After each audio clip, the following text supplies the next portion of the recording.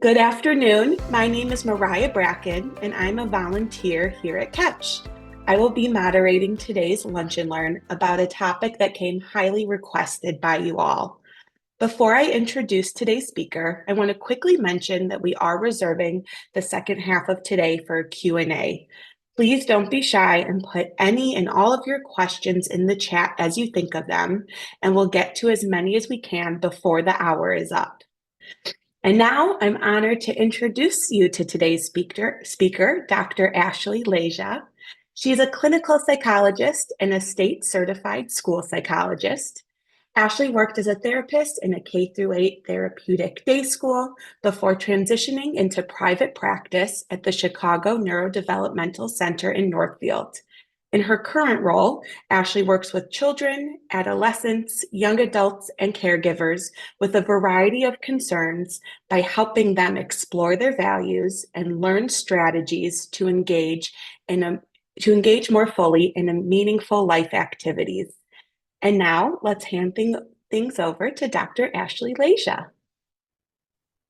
Thanks so much, Mariah. I am really thrilled to be here. I appreciate the opportunity to get to talk about this really tough but also important topic.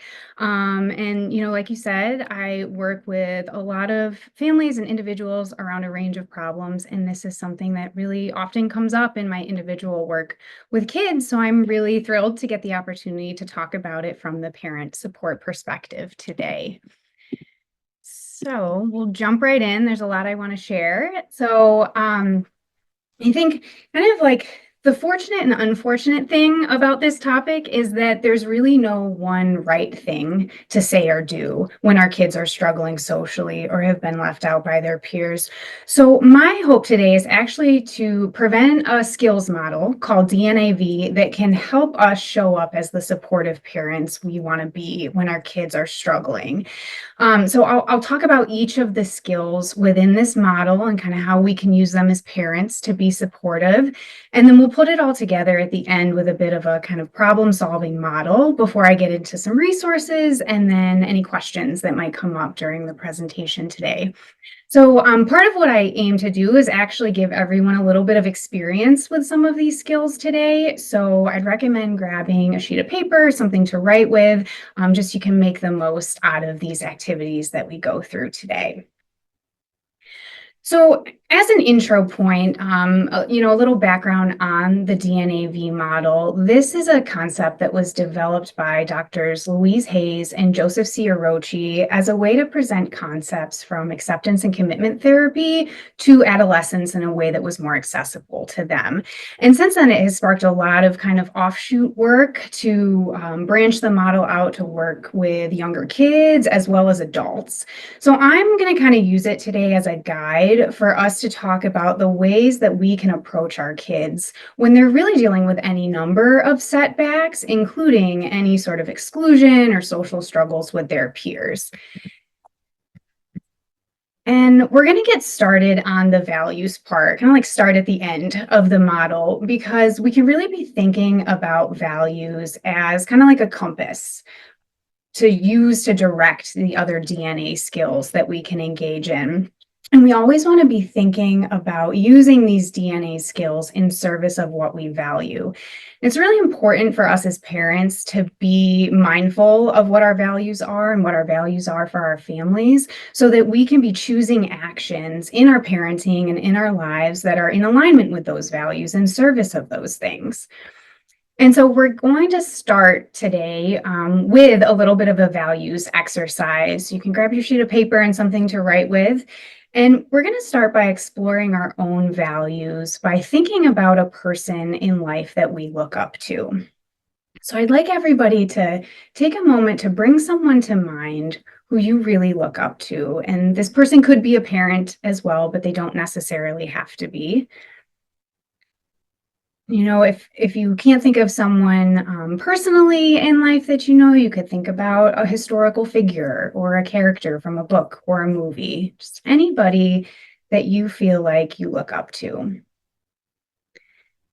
And as you bring that person to mind, I'd like you to reflect on what it is about them that you respect and admire. Maybe jot down a couple of the qualities that come to mind.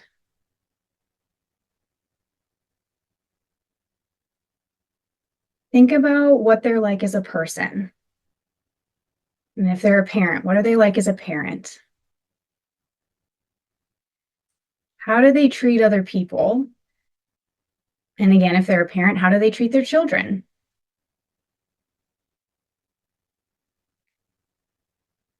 And as you're writing some of those things down, I want you to think about, are these qualities that you would like to bring into your own parenting? Are these things that you'd like to adopt when you're approaching your own kids when they're struggling?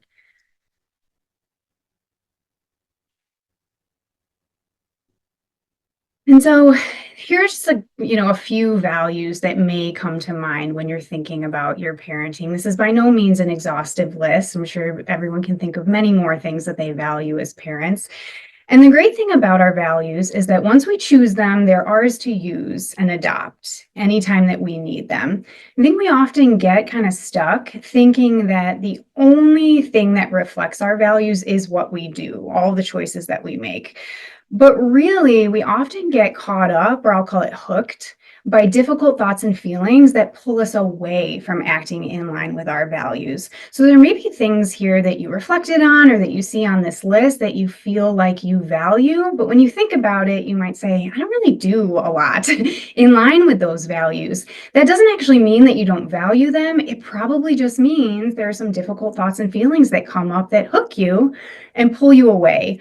So even if there are some values here that you really want to adopt when you think about approaching your kid when they're struggling socially or with any challenge, just because you maybe haven't used it or used it as much as you want, doesn't mean that you can't start.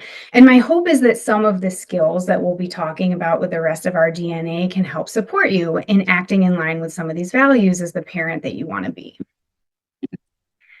So thinking big picture about what you can do around values, I think the first thing is to kind of get clear on your values and keep them in mind when you're approaching how you support your kid. Thinking about, what you would be doing more of or less of if you were acting in line with these values that matter to you. And, talk with your kids about what you value as a family. When you're asking your kids to do something, when you're doing something all together, it can be really helpful to make it explicit, the point, kind of the why behind it, tying that to what you value. And we can really do a lot to help our kids connect their thoughts, feelings, and actions to their values. So, in the case of your child being left out or excluded by their peers, saying something like, I see how sad you are that you're being left out of this group chat or that you weren't invited to this birthday party. It really shows how much you care about your friends. And what we're really doing there is kind of helping our kids make the connection between emotions being a source of information about what we care about and what we value. Because if you think about it, if we don't really care about something, it probably doesn't bring up a big emotional reaction to us. So we can kind of like gently point that out to our kid that the reason you're feeling this is because it matters to you. And I think this is a difficult but important thing to do with our kids, is making the connection too that sometimes acting in line with our values does not lead to a preferred outcome.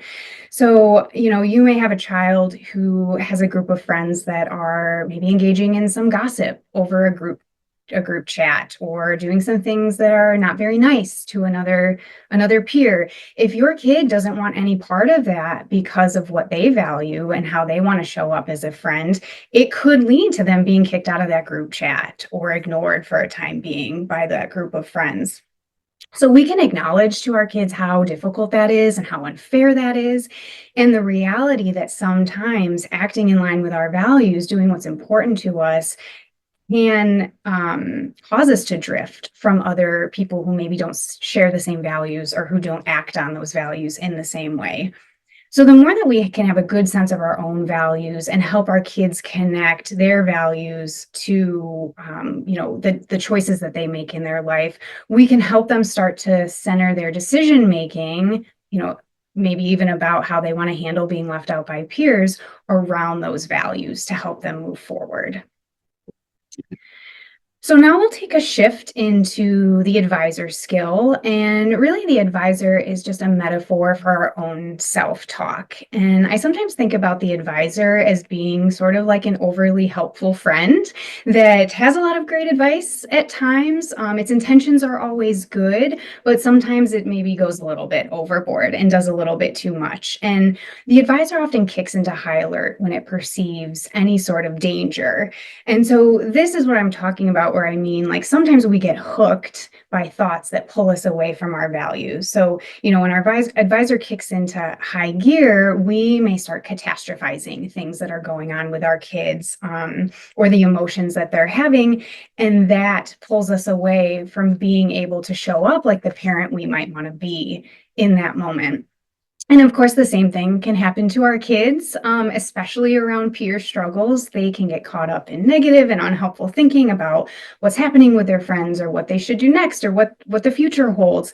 And that can lead them to be kind of impulsive and reactive to their thoughts instead of taking that more like measured, thoughtful approach that's actually in line with their values and the kind of person they want to be.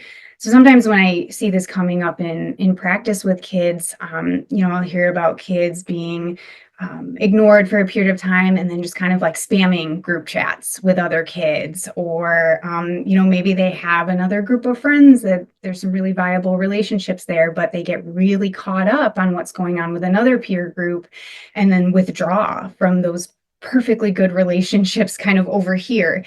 So this is often happening outside of our awareness, kind of like the experience of maybe reading the page of a book and then not really like remembering what you read because you were thinking about something else, or hopefully I'm not alone in this, driving to work and then suddenly being like, oh, I'm here already because I was lost in thought.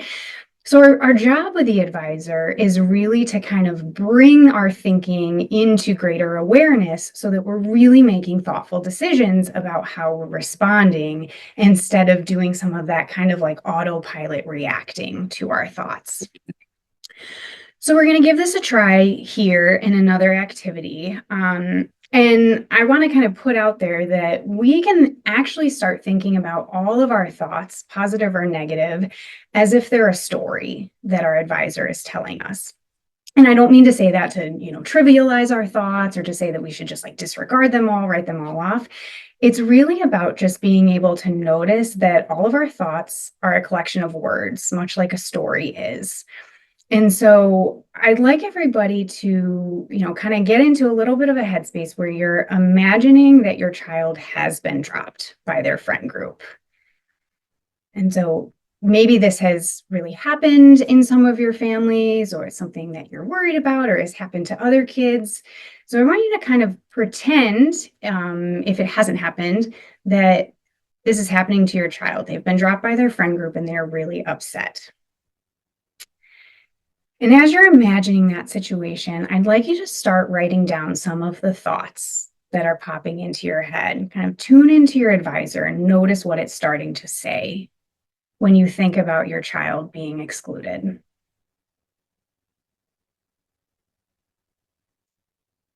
Give everyone a couple moments to get some thoughts down. Or if this has happened to your child in the past, you might even be able to tap into some thoughts you had at that time.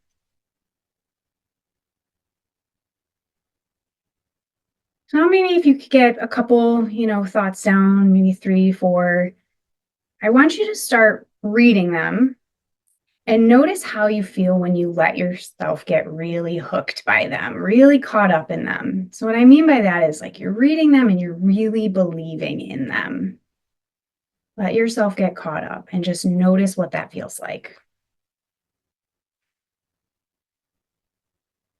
And start to notice like what you think might happen or what you might do if you let those thoughts dictate your actions. What might you do if you believed in these thoughts, bought into these thoughts?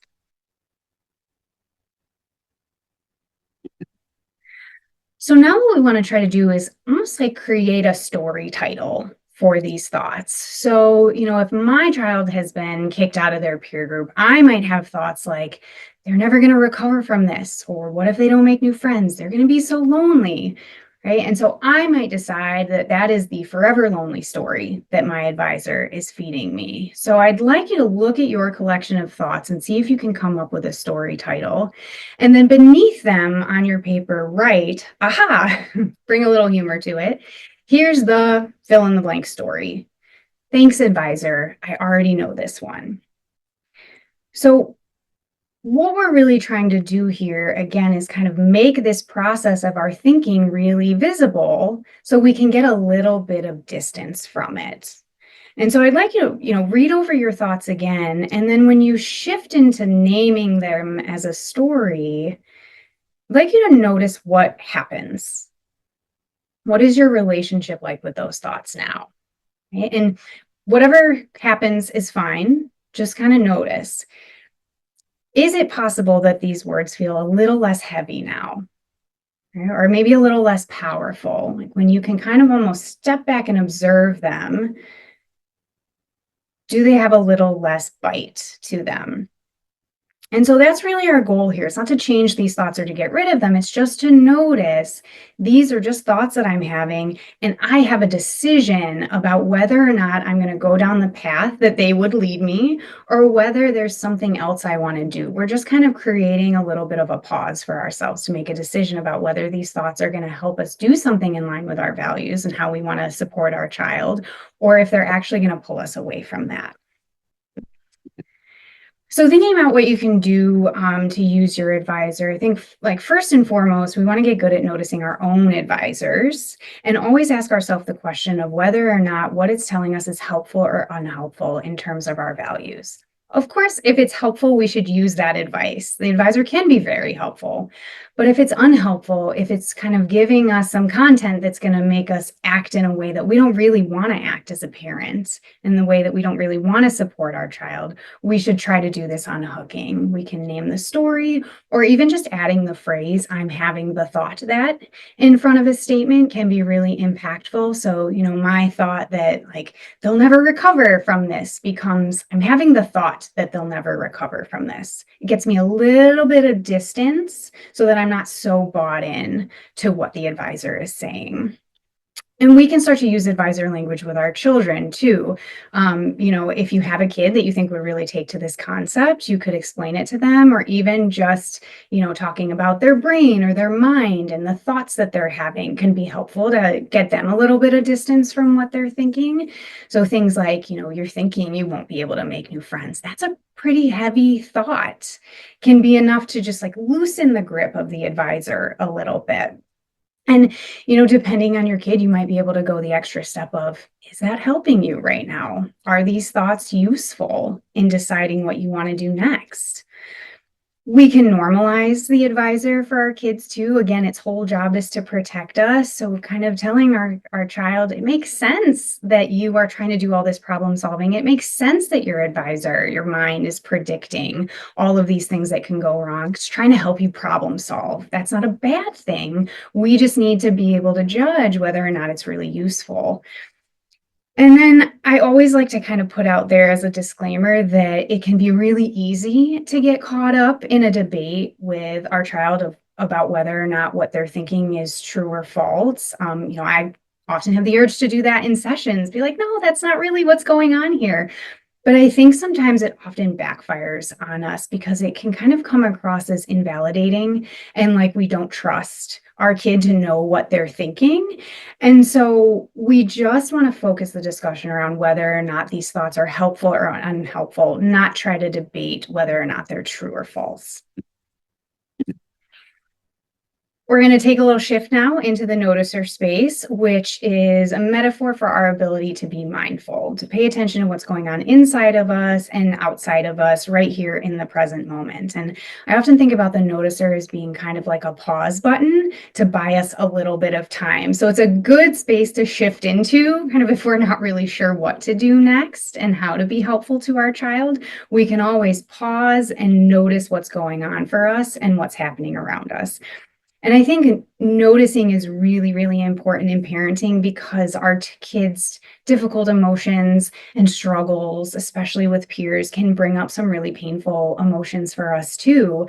If our kid has been dropped by their friend group, we're probably going to experience some anger about the situation or sadness or anxiety for them.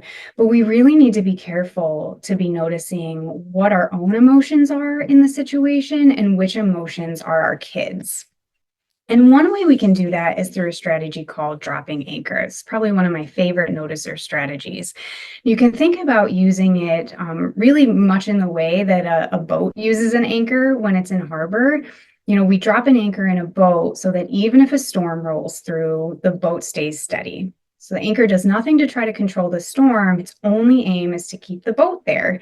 And that's our goal with dropping anchor too. We're not trying to control our emotions or our kids' emotions in these difficult situations. We're just trying to keep ourselves steady and present so we're able to make those choices that are in line with our values. And so we can remember the steps of dropping anchor using the acronym ACE. And I'm just going to take a quick moment to guide us through a cycle of ACE. And, if you're using this in real life, you might need to go through it a couple times. That's fine. That's expected. We're just going to run through a quick one here so that everyone can get a little bit of a taste for what dropping anchor is like. So to get started, I'd encourage everyone to get as comfortable as they can wherever you're seated. And you can make the choice to close your eyes or just kind of fix your gaze on a spot so you can focus. And just start taking a couple deep breaths. And notice what it feels like to be breathing in and out. Notice the air flowing in and out of your lungs. And now I'd like you to start by acknowledging any thoughts and feelings that are coming up for you in this moment. You might be having thoughts about what you're doing after the presentation, what you need to make for dinner later. And notice any feelings or sensations that are coming up as well. Notice any points of tension or relaxation in your body. And as you're noticing and acknowledging all these thoughts and feelings, I'd like you to start to connect with your body in some way. So this could look like just kind of shifting your position in your chair, maybe straighten up a little bit. You push your feet into the floor or have a stretch. And notice how there are thoughts and feelings here, and you are in control of your body and how you move it. And then as you're still moving a little bit, I'd like you to start to expand your awareness outwards and notice the things that are going on around you. Notice some of the things that you can see in the room. Notice what you can hear, what you can feel, maybe the chair underneath your body, clothing on your body. And so notice how there are thoughts and feelings showing up. There's a body around them, and there's a whole world that you can choose to engage with. And so anytime we're experiencing difficult thoughts and feelings, we can take these steps to acknowledge that they're present while simultaneously being in control of our body and being able to pay attention to what's going on around us. So this is a really great pause when we're feeling kind of hooked to get us back present and grounded so that, again, we're not controlling those thoughts and feelings, but we're really thoughtfully deciding how we're going to respond to them and what our next actions are going to be. So to be starting to use the noticer skill in everyday life and in supporting your child, I think, first and foremost, we want to be able to notice and name our own emotions and recognize how they may be different from our child's. And, we also want to notice urges that we might have, right? Like if we have the urge to jump in and problem solve when our child is bringing peer problems to us. We really want to be able to slow down and give ourselves and our child the opportunity to explore all options moving forward. I think there's really a few kind of key reasons why it's really important to be noticing our own emotions. The first is that it's possible that we might actually have a stronger emotional reaction to the situation than our child. Especially if we have our own histories of being left out by peers, that could bring up some really difficult memories and emotions for us. So we need to be able to notice which are ours and what our child is really feeling about the situation.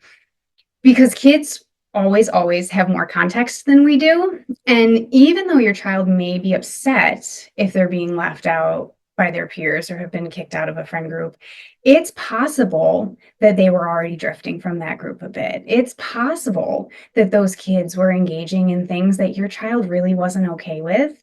And even though they're upset about the situation, there may be a part of them that's kind of okay with it, or maybe even thankful, even though they're having the intense emotional reaction. So we need to remember kids always know more than we do about these situations.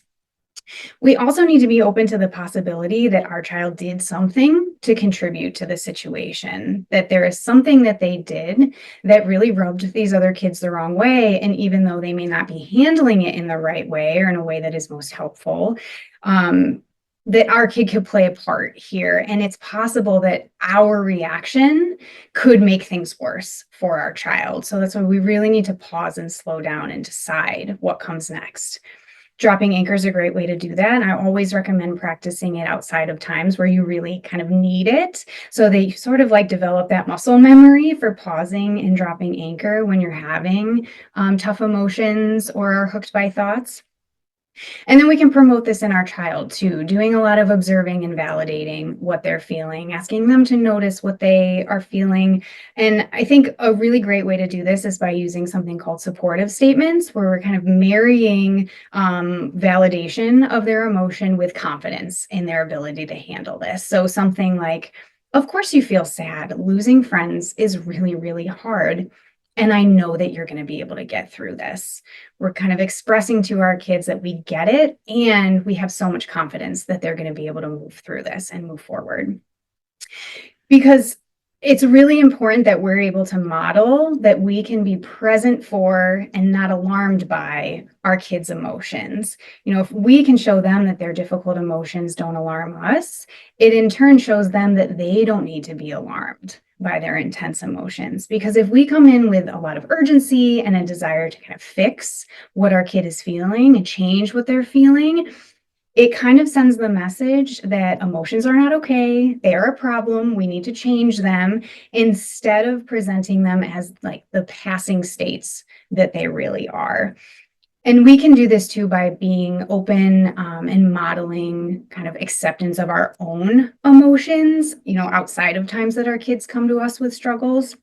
So, you know, when we're experiencing anger or sadness or worry, we can talk about that and show our kids how we're dealing with it. So, you know, things like, man, my heart is racing right now. I'm feeling kind of nervous about a presentation I have to give today.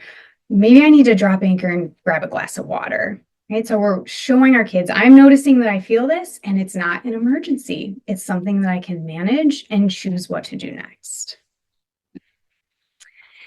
And then finally, for our last skill, we're going to talk about the discoverer, which is really kind of the part of us that acts in the world, the part of us that tests things out and sees how they go, makes mistake, tries again, learns from trial and error. And this is how we really experience our life. So you think about it, like we can't climb a mountain using the advisor. It's not climbing a mountain to just stand at the bottom and think about it. Same with the noticer, right? If I'm at the bottom of that mountain just thinking about, you know, how nervous I'm feeling inside, how my legs are shaking, that's also not the same thing. I have to actually move my hands and feet to get myself to the top to say that I've climbed that mountain. And one way that we can use our discoverer in a way that's really helpful is through this idea of assessing workability.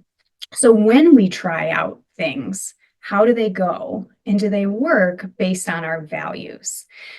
So I'd like everyone to bring to mind a time that their child told them that friends left them out. And this can be on a range from like, you know, my friends forgot to invite me to kickball at recess to I have been completely dropped by my friend group. You know, any peer problem in there is fine to bring to mind. And I want you to think about what you did when your child brought that situation to you. What did you actually do? And then how did it go? What happened next? What did your child do? And then ask yourself if that action was in line with your values. Did what you do actually reflect the kind of supportive parent that you want to be when your child brings you peer problems or any sort of issue? And so this is where I'll say too, like, again, we often think that things only work if we get the exact outcome that we want. But in reality, we might not be able to control that. So, all we can do really in any issue with our kids is choose actions and how we want to be supportive that are in line with our values. And we might need to unhook or drop anchor first to make that feel more possible. So when we think about peer problems with our child or being dropped by a friend group, we can't base our workability assessment on parents in terms of whether or not we helped our kid get their friends back or make new friends right away. That is outside of our control. As much as I'm sure we'd all love to, we can't make people be friends with our kid. So instead, we need to be focusing on, are we showing up as the parent that we want to be when our kid is struggling? And are we doing things that are enhancing our relationship with our child? Because we don't even have a hope of getting to like problem solving with our kid if they're open to it, unless they're coming to us with problems in the first place. I think it's always worth considering, are we doing things that keep these lines of communication open so that I have a shot at helping my kid and giving some advice that they might really need? So for Discover, I'd encourage everyone to look at the ways that they've interacted with their children in the past, when they've brought them peer problems or really any problems, and think about, did I act in a way that was in line with my values? And did it help enhance my relationship with my child? If you have jumped right into problem solving in the past when your kid has brought you a problem, did that go well? Were they open to that? Or did they kind of shut down and withdraw from that? Or, if a child has come to you venting a little bit about their friend group and you've participated in that to some extent, and then 2 days later they make up, how did that go? How did that affect your relationship with your child around that particular peer or group of peers? And we want to be promoting this language with our child too, asking them questions about what they think they could do in the situation, or even pointing out like a little bit of workability to them, right? Like, the last time this happened, you did X. Did that work? Are there other things you could try? And getting them to see that they have a lot of options and they don't need to maybe be so reactive to their advisor, those thoughts that are coming up for them. And I think it's really important to allow our kids room to have their own ideas about how they want to move forward. We really don't want to rob our kids of the ability to choose and determine their own actions, because the more that they see that they can make decisions, hopefully in line with values, about what they want to do with peers and the kind of person they want to be, the more confidence they're going to build in their ability to handle any number of setbacks going forward. And I think it can be really useful to ask kids if they actually want our help. Sometimes kids come to us venting and having, a really large emotional reaction to something that's happened, and they actually have a pretty clear picture about how they want to handle it. And so then if we just jump in with our own ideas and problem solving, it'd be very off-putting. I'm sure we've all had the experience of just kind of wanting to vent and get that emotion out, but knowing what we need to do next. So ask your kid if they want some help moving through this situation. They may have it under control and just want the emotional support from you. But then if they do want that help, we can help them think about ways to repair relationships if that's necessary, or think about options for new clubs or activities where they could make new friends. But we really need to be sure that they are open to that, and that's what they're coming to us for first. So now we'll kind of put it all together here. And hopefully you saw, as I was talking here, the whole idea is to be able to use this model flexibly. We want to be shifting between these different skills. If we ever find that one is not being useful for us, if we're getting really hooked by the advisor, we can shift into being a noticer, drop anchor, take that pause. If we've done some noticing, we have a good handle on what we're feeling and are grounded, we want to shift into discover and go into some action. So we'll talk about using these things to help with problem solving. And I'm going to come at it from the angle of like our problem being that we need to be supportive of our child, because again, that's the only thing we have control over. But if you have a kid that's open to working on problem solving with you, this is the type of model that you could help them work through as well to figure out how they want to move forward with peer problems. So I'm first going to define my problem, which, like I said, for the example we're going to walk through is like, I need to support my child now that their friends are excluding them. And so I first want to start by thinking through the DNAV of what typically happens. When my child typically brings a problem to me, what do I normally do, think, feel, and what are my values here? And I kind of do like a little bit of an overview of how these skills show up. And then I'm going to shift into noticer. That's a good first step. Take a few deep breaths, maybe drop anchor. And we don't want to rush this step. We want to make sure that we're approaching our problem solving from that really grounded place before we start shifting into discover and brainstorming ideas for the actions we could take. And, we don't want to let our advisor judge them just yet. Really just kind of think about any possible action that you could take to be helpful to your child right now. You might think about reaching out to teachers or other adults at the school to see if they have insight. You might think about just letting your child totally handle it on their own and just being there for emotional support as needed. Just think about any possible thing that you could do, and then use your advisor to judge the possible advantages and disadvantages of those decisions. And I think like this is a really good step for getting into the choosing action part, because we want to choose that action that we feel like has a lot of those advantages, and then really make it explicit to ourselves when we're choosing the action, why we're doing it. Make those values visible to us. So if I decide to go with the action of, I'm going to be here for emotional support as my child needs it, but they are going to decide how they're going to approach their friends or approach new friends. I'm going to think about how I'm relating to that, relating to my value of being supportive, but also fostering independence in my child. And then I want to notice what might result. Is it going to be hard for me to carry out this action? Are there going to be difficult thoughts and feelings that come up? Am I willing to have those thoughts and feelings because it relates to my values? And so, if I choose to let my child handle this on their own, just be there for emotional support, that's going to bring up a lot of anxiety for me. So I need to be clear on why I'm doing it. And then I'm willing to have that anxiety to let my child make this choice.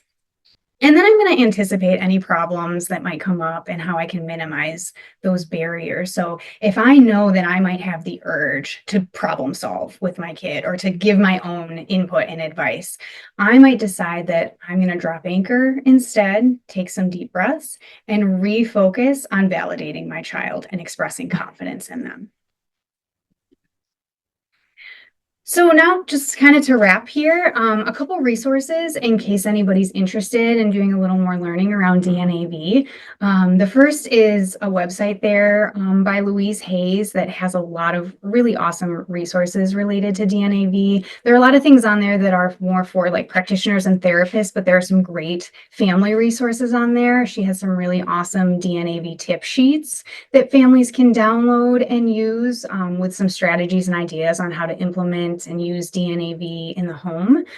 And then a couple books that I really love are here as well. What Makes You Stronger is the DNAV adaptation for adults. So if anyone is interested in kind of exploring this more from the perspective as an adult in your own life, that's a really great resource.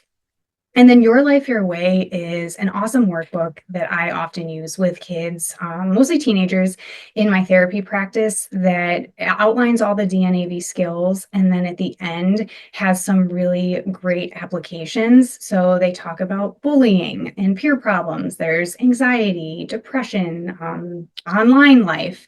And it talks about putting all those DNAV skills together to tackle some of those challenges that come up for kids. And so that's all I have for the presentation, and I think it'll be time for us to take some questions. Yes, thank you so much, Ashley. I think that's so helpful to bring up how, as parents, it's really hard to see your kid struggle and you just want to jump in and fix it. And that taking some of these steps to reflect on ourselves and what we're bringing to the situation is a helpful pause. So we do have some questions from the audience, and someone asked, what do you suggest if your child may not be necessarily opening up to you, or they're feeling really down and you can tell something's going on, or maybe they used to have plans every weekend and that Mm, has paused, oh, but they're not really sharing. How would you approach that situation where something's up, yep. but it's not as explicitly shared from your kid? Right. Yeah. Like your spidey senses are tingling. But Exactly. absolutely. Yeah. I think that's a really great question. And I think first, I'd think about the other adults in your child's life because I think sometimes kids don't feel comfortable for whatever reason bringing things to us as parents, but there are other people, other adults that may be trusted in their lives, teachers, coaches, if you're involved in a religious organization, like there may be other people that your child is talking to. Because I think we often, again, we get hooked by the thought like something's going on and nobody knows about it. Nobody can help them. That may not be true. So I think being able to pause and think about where are some other sources of support in my child's life and maybe even checking in with them to see if Mhm. they've noticed any changes in your child. Does the coach notice that your child seems a little bit more down lately? Checking in with teachers, are they noticing anything shifting at school? I think you can do a little bit of kind of background information there to see, is there really something going on that we need to be looking into? I think too, kind of like reflecting on the just like discover portion here and assessing workability and things that we've tried in the past, like as hard as it can be, I think it's really important for us as parents to be able to take that look at whether we may have done something to shut down lines of communication inadvertently, right? Like we Mhm. come in real hot with our kids about what's going on. That can be really off-putting for some kids. So we might need to kind of think about if we actually need to take a little bit of a step back and do some things to maybe repair some of that with our kid. And just making sure that we're visible too. I think sometimes kids have this notion that we are very busy people because we are, and that we may not have time. We don't seem like we're around as much because we're working. There are other things going on. So being really thoughtful too about making yourself just kind of visible and around at home in case your child does want to come to you with something. Um, Yeah. I think that's where I would start. And then of course, like if you notice, across the board, many adults are having concerns about your child and seems like there's something going on there, that might be a point where it's worth exploring, do we need to get some outside help? Is there, social work at school or, some outside therapy if your child's open to it that could be helpful in exploring what's going on? Yeah. Do you have a suggestion of what point, if things are happening at school, how much work do we do at home? And at what point do we reach out to school, or maybe this is turning into something bigger than what we can handle alone at home? Yeah, I think it really, depends on your child and their, openness to receiving some help to some extent. But I'd say if it's been, a week, couple weeks, and you've just noticed that like persistent down mood or like you are really concerned that something's off, your child has seemed off or down for, a week, a couple weeks, I would be reaching out to school then to get that, I wouldn't necessarily jump to like, oh, they need to be seeing a therapist right away, but like I would be asking those questions of other adults and activities that they're involved in to see, is this a across the board issue or not?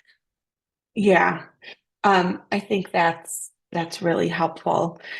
And I know it sounds like there is a lot of reflection and for parents to look inward before just jumping to fix it. And that can be really, really hard in Mhm. the moment. Yeah. How do you suggest, um, practicing some of these reflection, um, this model, and how do we, in the moment when our emotions are maybe high, um, keeping all of these things in mind? Where do we start if we want to implement some of these strategies? Absolutely. No, I think that's such a great question. I wish more kids asked me that question. How do I practice this all the time?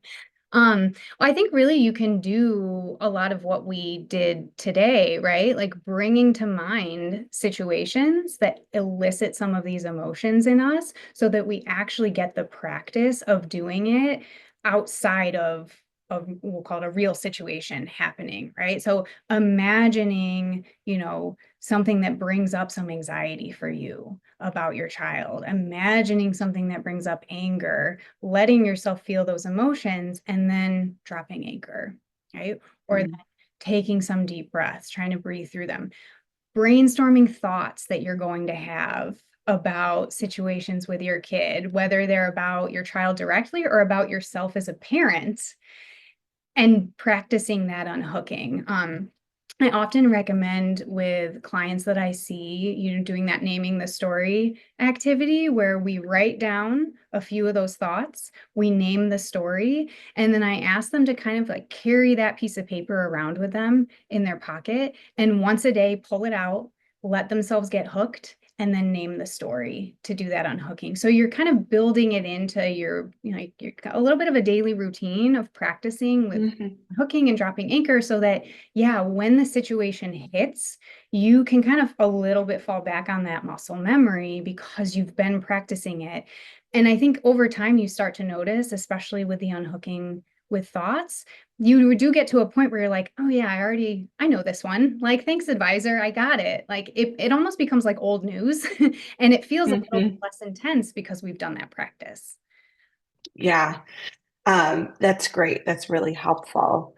Um, what do you suggest as we talk about, as the parent, our own feelings?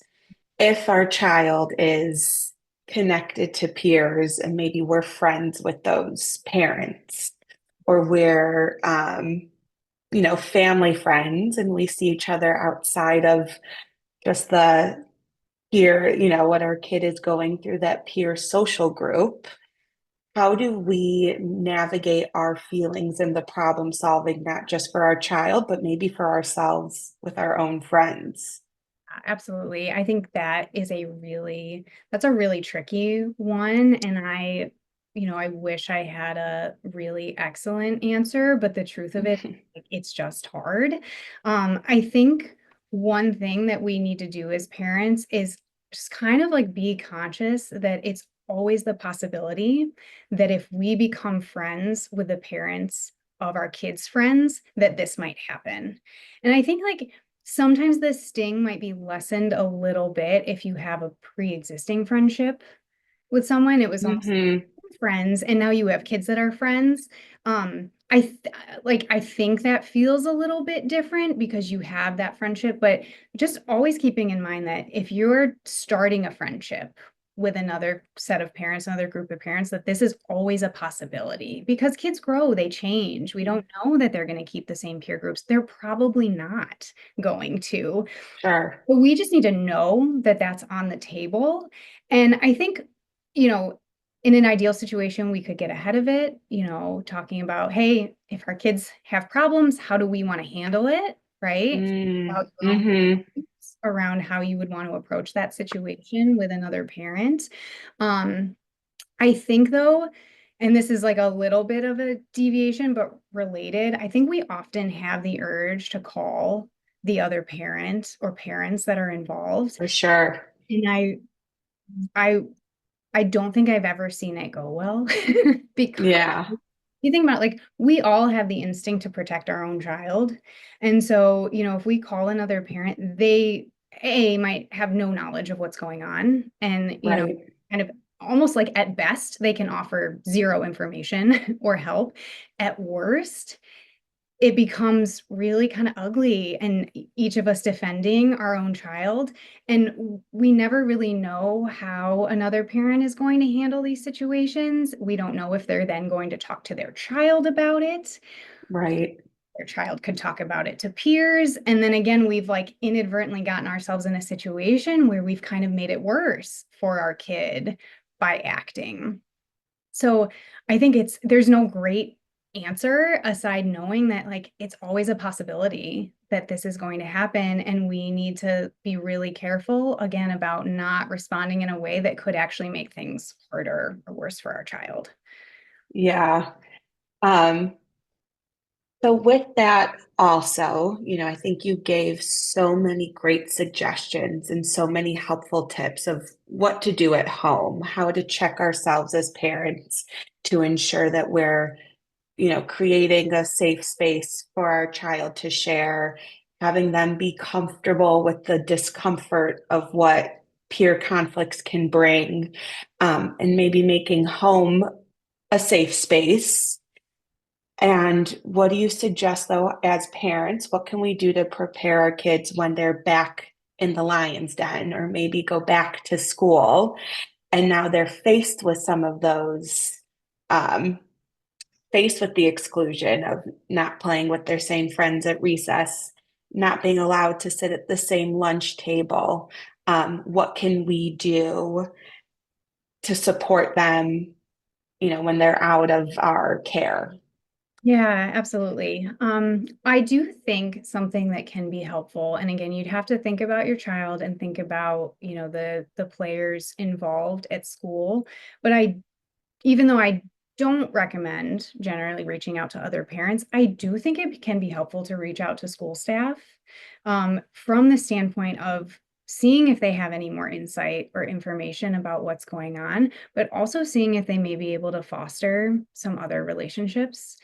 Some teachers can be really great about being thoughtful about seat placement and group work and partner work, and your child's teachers might be able to help provide some, kind of like insight and guidance on like some other kids that may also be in the market for a new friend, and that could be a good fit for the child. So I think the school can be a really good resource in that as like a kind of behind the scenes thing.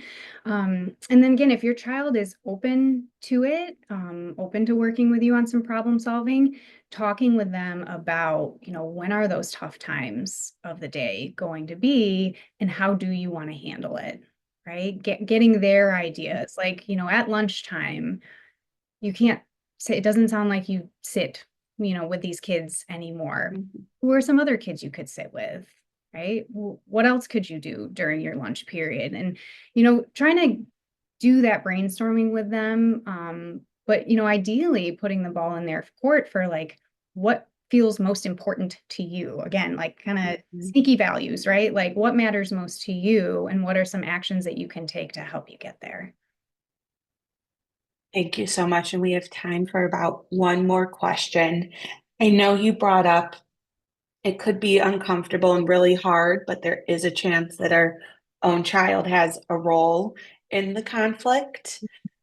So if it comes out that, yeah, maybe our kid did do something or made a mistake that they regret that led to some of this peer conflict or exclusion, you know, how involved should us as the parents be, um, in helping them to repair that mistake? And then what happens if peers just seem to not be able to let that mistake go? Yeah, yeah, which is possible, right? Back to like the things we can control and the things that we can't. And I think that is actually a really good, um, you know, a really good thing to bring up with your child, that like, yes, you maybe have some regrets here. You made a mistake. How can you own that? Right. And Mm, again, we'll bring values in. Do you want to be the kind of person who owns their mistakes and takes responsibility for them, even though it's hard? Is that important to you? Is that important to us as a family? And then how do you want to try to make this right? And, it totally depends on the situation for what, making it right in that attempt looks like, but trying mhm, to work with them on like, how do you want to handle this? And then, again, kind of pointing out like you could do all the right things here in trying to repair this and it not work out. Right? That idea of like yeah. being in line with our values doesn't always lead to a preferred outcome. So you could be really proud of how you try to make this repair and those kids not let it go. That doesn't mean Mm, that you didn't show up as a good person here, right? You're still a good person who made a mistake. And it might not pan out the way you want. If that's the case, what's our next move, right? Then again, we go back to like, who are some other kids that you could hang out with? Do you want me to contact school and see, if your teacher has ideas for who to sit with? But I think like that's a hard but really important lesson in like sometimes we do what's right. We try to make that repair and those people aren't ready to move on. Well, thank you so much. I feel like I could talk to you about this for hours, and there were so many helpful nuggets. And what I really appreciate is there are so many takeaways, whether it be those supportive statements or catching ourselves with like the hook, which I loved, being able to catch our own emotions or how to anchor ourselves maybe before going into some of those tough conversations. Um, I really appreciate that you gave us all some really nice takeaways of how to handle, when our kid comes home feeling really upset. So thank you so much. So thank you again so much. Um, I'd also like just to bring attention to our final education program of the year with Dr. Doug Bolton on May 1st. This will be an in-person event where Dr. Bolton will help debunk several parenting myths. And then next, Ashley, if you don't mind just flipping over to the next slide, we are having our second annual 5K for Catch on April 5th. And this event is hosted by GBN student Nate Naiman, and there are still runner and sponsor spots available. All upcoming event registrations and past event resources can be found at catchiscommunity.org or by using the QR codes on these slides. And then finally, one last slide. Thank you so much. Please help us to improve our catch offerings to our community. So if you could take a moment and complete a brief survey about today's event, that would be wonderful. And thank you all so much. Thank you, Dr. Leja, and we hope to see you at our next event.